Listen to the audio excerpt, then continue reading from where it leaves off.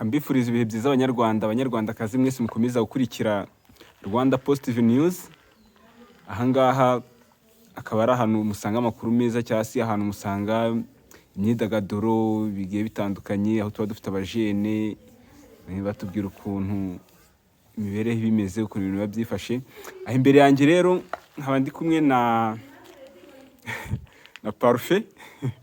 Parfait, umeze neza?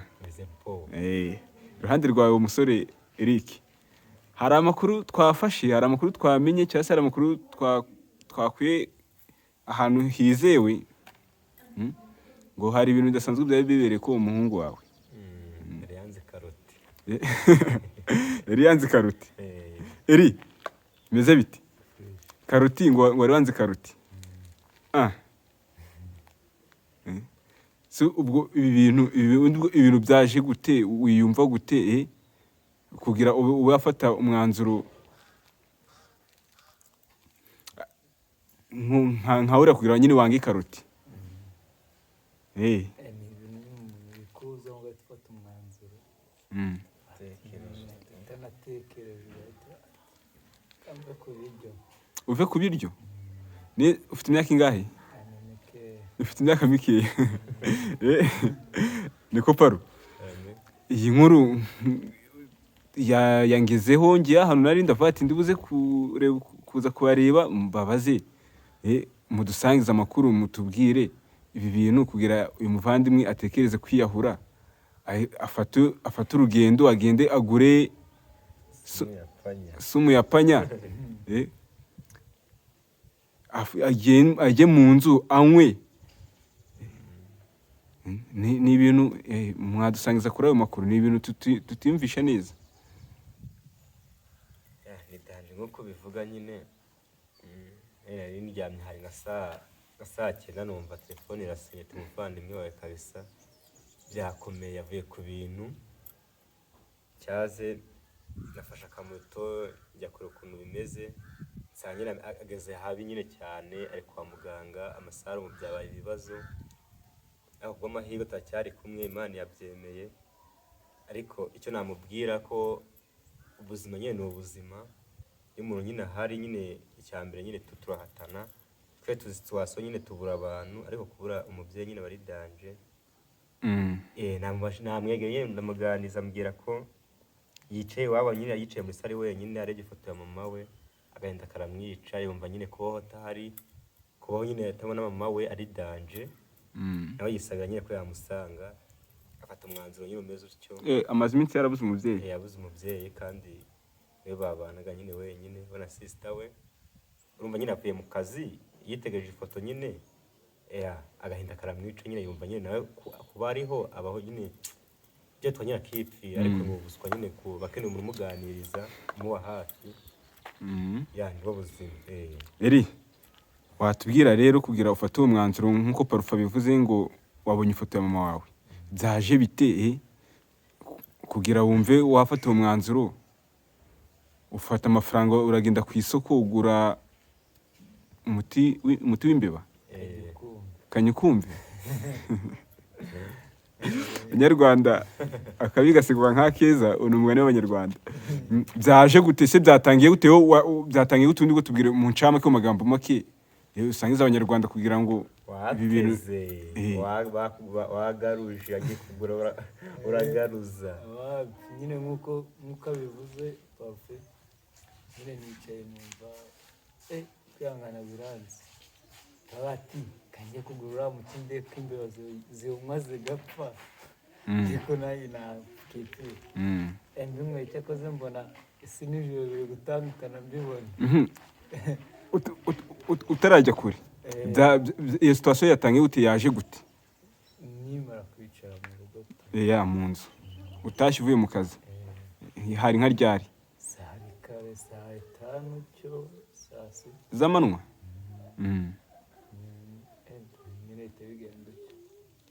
Ugeze mu nzu uricara utekereza kwiyahura, ufata amafaranga uragenda ugura umuti. Ni iki cyabiguteye? Ni iki cyabiguteye cya nyacyo? Ni ifoto nabonye. Ifoto ya mama wawe uyirebye aho imanitse uravuga ati wakomeza ukatubwira nyibonye ati nawe kamusanga nawe isangire mama wawe mwana ntiyabyemeye okay ujya mu isoko ugura waguze utupaki tungahe 6 twose uradukoresha watunywesha iki nta n'umugari n'amazi uvanga mutu nafashe ka spadite tukamukubya nyine bereke kunuka cyane tambitera ndabizi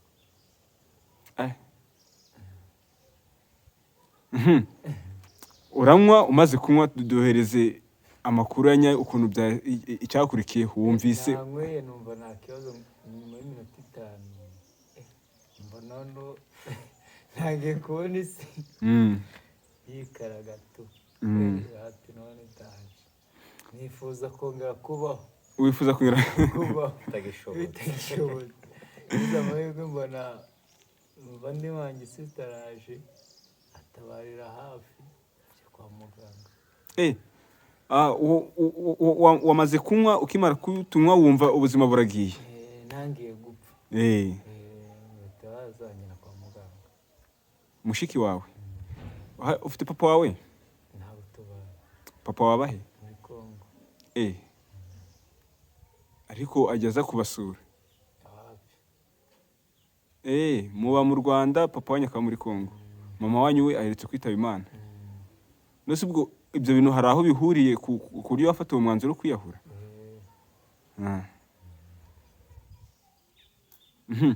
situation yo kwa muganga ese mushiki wawe yaje gute nyine wagiye kubona ubona mushiki wawe araje mutanavuganye amenya gute ko wakoresheje iyo miti yaje asanga nyine iri ku meza ndi no gusamba tabaza baraza barangira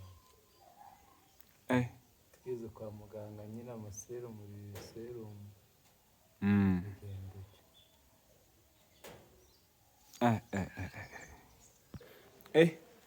ko bitoroshye none se wageze kwa muganga baguha imiti uroroherwa umaze koroherwa mushiki wawe bamusobanuriye nk'iki ubana na mushiki wawe gusa muri babiri gusa bamusobanuriye nk'iki ko ari kumutera agahinda amaze kubura mama wawe na papa wawe urumva ntago ahari ari we yari asigaranye nka musaza we mukuru cyangwa se muto yasimbizi ubwo wamusobanuriye nk'iki ngo wabitewe n'iki nyine ntabwo nari namubwira ibyo ari byo nanone ntabwo uramusobanurira ubu se urukumva ubuzima bumeze gute nyine nitangiye si ku muntu ko umuntu ari kuribwa biraho nyine ko nari paro mu mugenzi wawe rwose nihe nama wamubwira niki wamubwira inama nagira mugenzi wanjye n'abandi muri rusange nyine nuko nyine ubuzima ni ubuzima iyo upfuye nyine wapfuye turaza nyine tukarira tukaba turaho nyine deri turagusiga nyine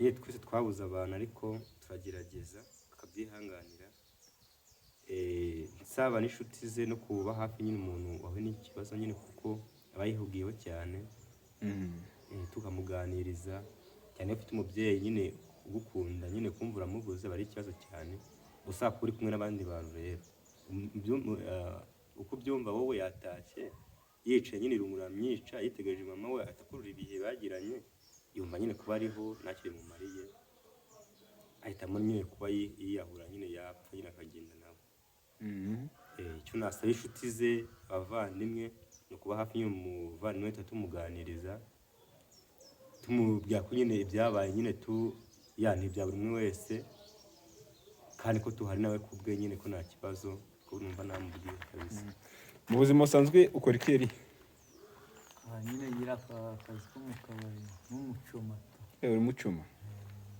gusa ubwo wavuye mu kazi urangije gucuma hafi katari katangira urumva ari inshuti zawe cyangwa se abavandimwe wari ugiye gusiga ubababaje ibi bintu ntago sinzi. Uyu munsi twakabaye kuba tuvuga ibindi, twabataye akazi ngo bari gushyingura, usize mushiki wawe nawe umusize ku isi, nawe ari mu gahinda. Ibi bintu ntago ari byo. nawe baze nakagira agahinda nakaza kaba nkawe. Yego ni ubugwari kabisa, bwana ubugwari, ariko twari ku bwawe n'inshuti zawe kabisa. nje namenye iyi nkuru ndavuga ati reka sinzi niba nabyita inkuru cyangwa se niba nabyita iki, ariko namenye iyi story ukuntu byagenze. Ndavuga ati ndaza kureba nka nyir'ubwite, ndebe n'inshuti yawe muri kumwe tuganire, kugira ngo n'abandi bantu bashobora gufata iyo myanzuro nk'iyo ngiyo, tubabwire ko ibi bintu aba atari byo. Ntago aba ari byo gusa. Imana ishimwe ubwo yakurokoye, ubwo ni ikihe kintu ugiye gukora kugira ngo biriya bintu, n'iyo foto murayimanura muri saro, namwe mwatubwe muri comment, ese ni iki muri kubona uyu muhungu yakora? Kuko iyo foto iracyari muri saro kandi aracyari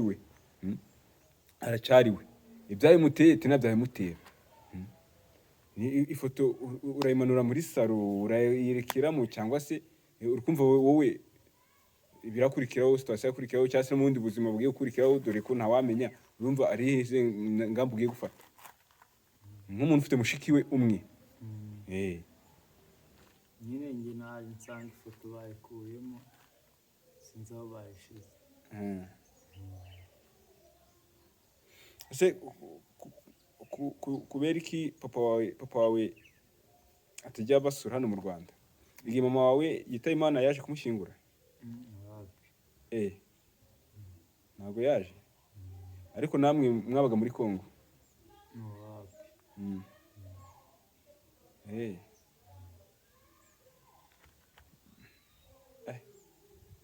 Ko bitoroshye. Parfait. Dore ni gutya bigenda, ugasanga ubuze umuvandimwe, ugasanga ngo umuntu agiye kwa makuza, urumva ngo yiyahuye, ugasanga umuntu agiye hariya mu kiyaga. Ni gutya ugasanga ubuze umuntu utazi icyabiteye. Ugiye kutuganira mu nk'amasegonda nk'icumi, akantu gatoya cyane, utubwira ese umuntu yakimara kunywa iriya miti bigenda gute? Dore ko ari situation wanyuzemo, utupaki sumu yapanya udupaki 8 ni twishi. Kuba wagarutse ni ibintu udakunda kubaho.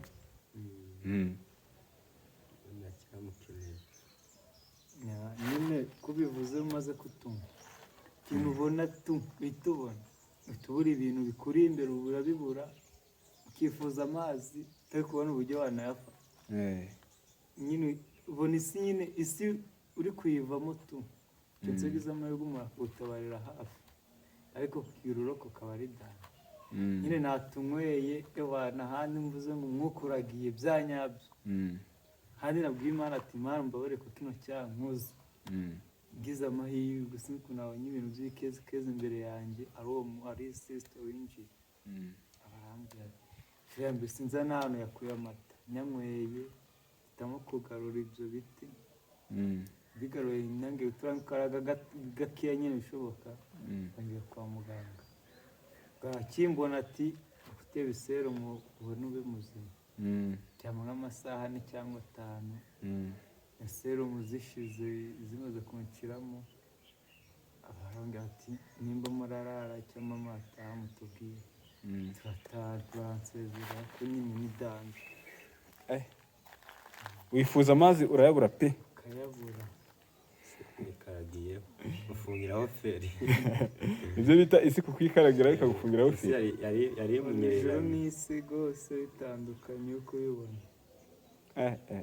Satani na Yesu bamugwanira.